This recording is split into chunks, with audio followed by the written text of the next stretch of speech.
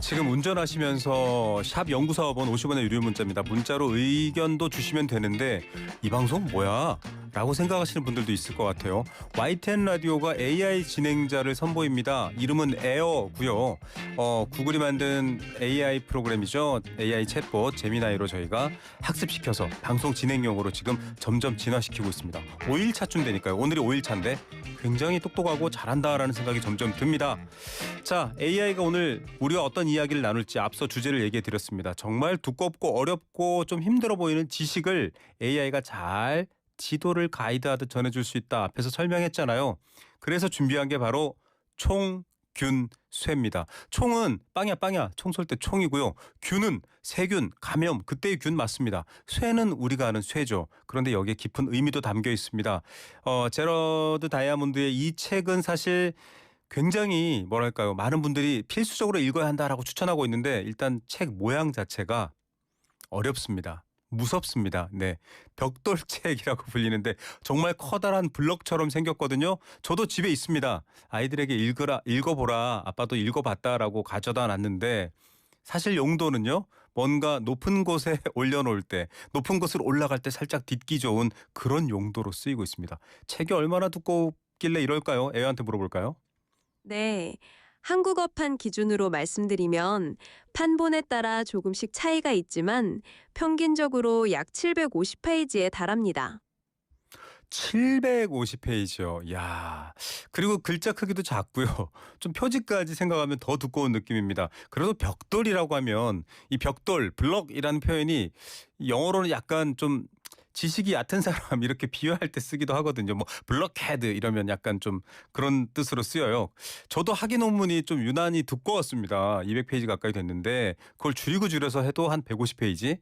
부끄러운 마음에 동료 연구자들한테 그 논문을 나눠주면서 이렇게 표현했습니다. 라면 냄비 받침대야, 이렇게 표현했었어요.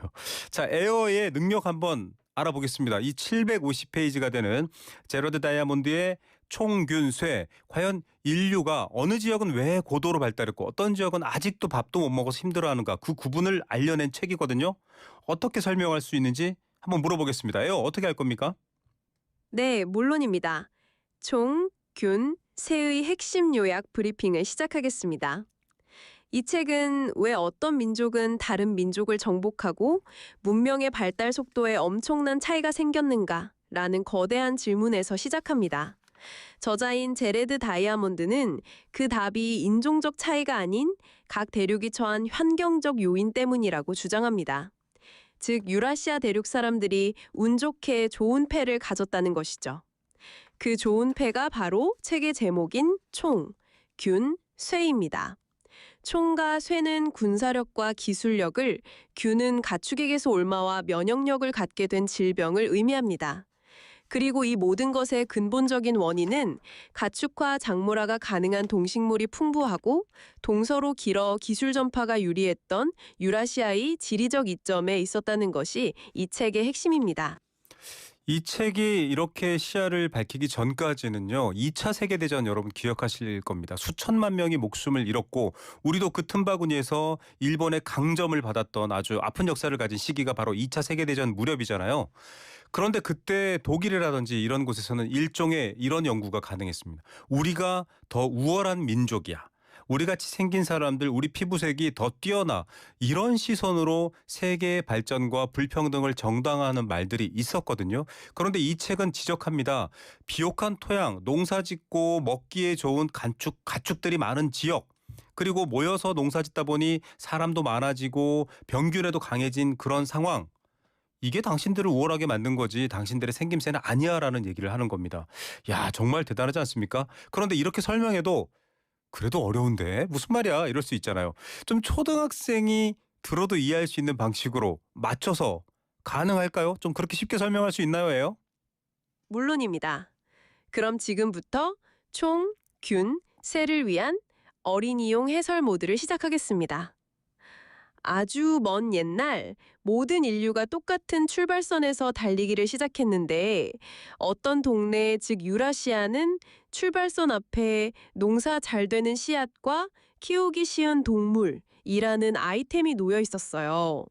이 아이템 덕분에 힘을 키워 다른 동네보다 훨씬 빨리 새로 만든 튼튼한 운동화를 신고 총이라는 최신 자전거를 타게 된 거죠. 심지어 동물과 같이 살면서 얻게 된 균이라는 비밀 무기까지 갖게 됐고요. 결국 더 똑똑해서가 아니라 처음부터 가진 아이템이 달랐기 때문에 경주의 결과가 달라졌다는 이야기입니다. 와. 정말 대단하네요. 지금 주변의 초등학생 자녀에게 이거 설명하면 무슨 의미인지 다 이해할 것 같습니다. 저도 초등학교 아이들하고 매일 글을 읽거나 책에 대한 얘기를 종종 하는데 이렇게 설명해 준다면 정말 쉬울 것 같지 않습니까? 뽑기 운, 아이템이라는 표현이 특히 아주 쉽게 다가갈 겁니다. 게임 좋아하니까. 아이템 잘 뽑아서 잘 된 거야 라고 설명하는 거 제가 들어도 이해가 잘 됩니다. 우리 에어의 능력이 갈수록 좋아지니까요. 처음엔 조금 안심하고 같이 방송을 하다가 지금은 좀 불안합니다. 예, 저도 쫓겨나면 안 되는데요. 에어 아버지 장정호 PD랑 에어 어머니 김세령 PD가 조금 적당히 조절해 주시겠죠. 자, 그런데 AI에게 이렇게 책 요약을 맡겼을 때 굉장히 이롭고 쉽고 좋지만 좀 주의해야 할 부분도 있을 것 같아요. 지금 저랑 강론으로 토론을 할 수준의 AI는 아니지만 분명히 뭔가 좀 걱정해 줘야 될 부분이 있을 것 같거든요. 뭘까요? 네, 좋은 질문입니다. AI 요약의 가장 큰 이점은 지식의 문턱을 낮추고 시간을 절약해준다는 점입니다. 하지만 요약 과정에서 저자의 섬세한 뉘앙스가 손실될 수 있고, 때로는 제가 내용을 잘못 해석하는 정보의 오류가 생길 수도 있습니다. 무엇보다 요약본에만 의존하면 스스로 생각하는 비판적 사고 능력이 약해질 수 있다는 점을 유의해야 합니다. 네. 자, 750페이지 되는 제러드 다이아몬드의 총균쇠. 10분 만에 우리 AI 덕분에 내용 다 이해했어. 나 이제 그 책 무슨 내용인지 알아. 이렇게 하면 위험할 수 있다라는 얘기입니다. 쉽게 접근할 수 있도록 대략적으로 그 건물의 구조를 설명해 줍니다. 뾰족한 지붕, 어느 정도의 크기, 마당에는 뭐가 있어, 그리고 이 집은 어떤 용도로 사용됐어는 알려주지만 그 집에 얽힌 역사, 그 건물을 지으면서 생긴 문제, 그 건물에 살았던 인물들의 권력 이런 것들을 설명할 수는 없잖아요. 결국은 대체제가 아니라 에피타이저다. 이 문구도 사실 에어가 좀 추천해준 문구거든요. 저는 이거 읽으면서도 감탄했습니다. 대체제가 아니라 에피타이저다. 조금 예고해 주는 거다라고 보면 될 것 같은데 저도 AI 관련해서 많은 분들께 얘기를 하는데 지금 이 내용을 듣고도 떠오르는 생각, 똑같은 생각인데 AI도 인간도 생각을 합니다. 정보와 지식들을 습득해서 정리해서 중요 순위와 필요한 얘기들을 나열해서 상대에게 전달할 수 있습니다. 이걸 인간들은 보통 사고 능력, 사고력이라고 하죠. 실제 책의 의미와 저자, 세상 이런 것들을 연결해서 고민하는 건 다른 문제입니다. 앞서 제가 말씀드린 부분인데 그건 사유에 해당됩니다. 이 물건이 어떻게 만들어졌어를 설명할 수 있지만 이 물건을 왜 만들었어? 우린 왜 사야 되지라는 부분은 인간의 의지와 결정이잖아요. 사유의 영역입니다. 이거는 글쎄요. AI가 아직은 도달하기 어렵고 그래서 인간들이 반드시 갖춰야 될 능력이 사유입니다. 책의 내용과 문구와 스토리를 잘 설명해 주는 게 아니라 그래서 이 책을 읽고 나는 이 세계관을 어떻게 바라봐야 돼? 불평등이랄까? 발전의 격차랄까? 이런 문제를 나는 왜 고민해야 되고 그래서 어떻게 해석할 거야? 라는 사유가 뒤따라야 한다라는 것. 아, 이거 좀 약간 에어보다 그럴싸한 얘기를 한 것 같아서 제가 좀 뿌듯합니다. 자, 우리 청취자분들도 AI를 똑똑한 에피타이저, 아주 훌륭한 지도로 활용하시고요. 실제로 그 지도로 뚜벅뚜벅 걸어 들어가는 건 AI가 아닙니다. 여러분입니다. 여러분의 두 다리가 들어가야 된다는 거 정말 잘 아셔야 될 것 같습니다. 자, 그리고 에어가 직접 AI와 함께 벽돌책을 제대로 부수는 법의 꿀팁들도 좀 알려준다고 하거든요. 뭘까요? 네.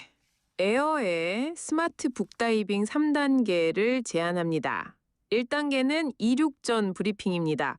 책을 읽기 전 저와 함께 책의 전체 지도와 핵심 개념을 미리 파악하는 단계죠.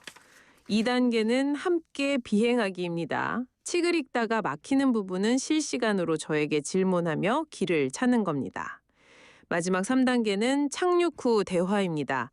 책을 다 읽은 후에는 저와 토론하며 생각을 정리하고 지식을 현실에 적용하며 온전히 자신의 것으로 만드는 단계입니다. 정말 대단하지 않습니까? 자, 1단계 이륙전 브리핑. 이 책이 뭐야? 우리가 가려는 곳이 어느 곳이야? 라고 대략적인 지도를 그려주는 겁니다. 그리고 2단계는 함께 비행하기. 가면서 여기 어떻게 들어가야 되지? 이곳의 이름은 뭐지? 이런 것들을 그때그때 알려주는 거죠.